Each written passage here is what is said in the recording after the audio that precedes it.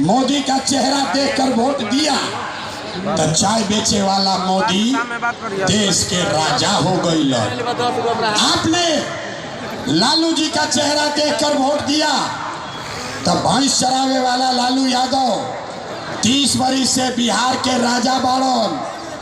आपने नीतीश जी का चेहरा देखकर वोट दिया तो वैद का लड़का नीतीश कुमार 20 वर्ष से आप पर हम पर शासन कर रहे हैं। एक बार हमारा बात मानिए, एक बार अपना बेटा अपना भाई प्रशांत किशोर का बात मानिए। एक बार जीवन में वोट अपने बच्चों का चेहरा देखकर दीजिए। आपके वोट में इतना ताकत है, आपका बच्चा भी बेरोजगार नहीं रहेगा। बात बुझाता?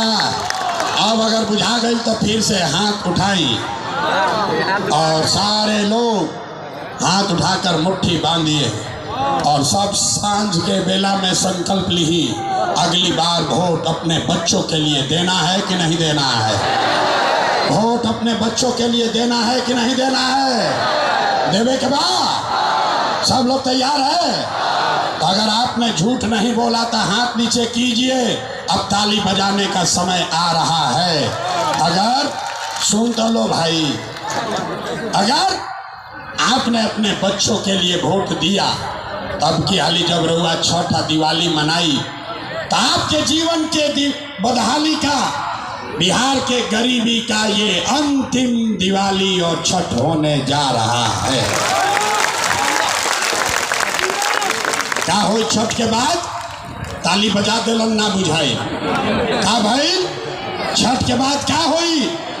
अरे रुको, छठ के बाद अगर आपने अपने बच्चों के लिए वोट दिया, जनता के राज बनल, एक पहला संकल्प बा, नाली गली बनी चाहे मत बनो, स्कूल अस्पताल जब सुधरी तब सुधरी, लेकिन साल भर के अंदर सारे लोग याद कर लीजिए, साल भर के अंदर जितना रउआ घर के सवांग गइल बालन बाहर मजदूरी करे, जो बच्चे आपके पढ़ लिख कर बिहार में बेरोजगार बैठे हैं, उसको सरकारी नौकरी होके या न हो, लेकिन सभी के लिए कम से कम 10 से 12 हजार रुपया के रोजी रोजगार के व्यवस्था ये बिहार में करके दे दिया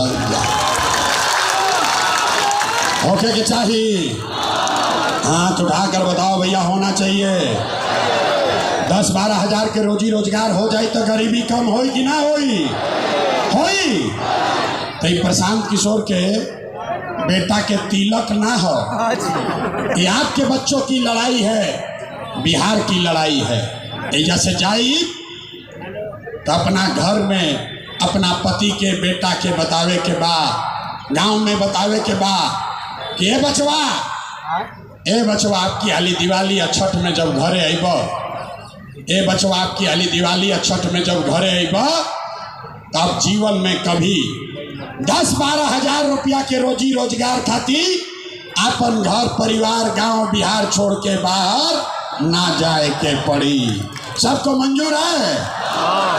एकर दूसर संकल्प, जेकर जेकर उम्र बा 60 वर्ष से ज्यादा, और नीतीश कुमार ओकरा के 20 वर्ष से 400 रुपया देतलन भीख।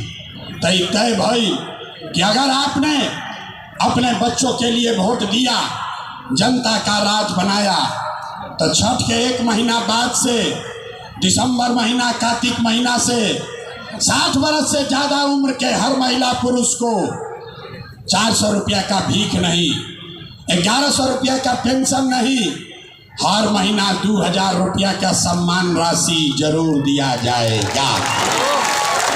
सब लोग तैयार बा? कारा काट के सभा से पास करी, हाथ उठा के 2000 पेंशन होके के चाहिए।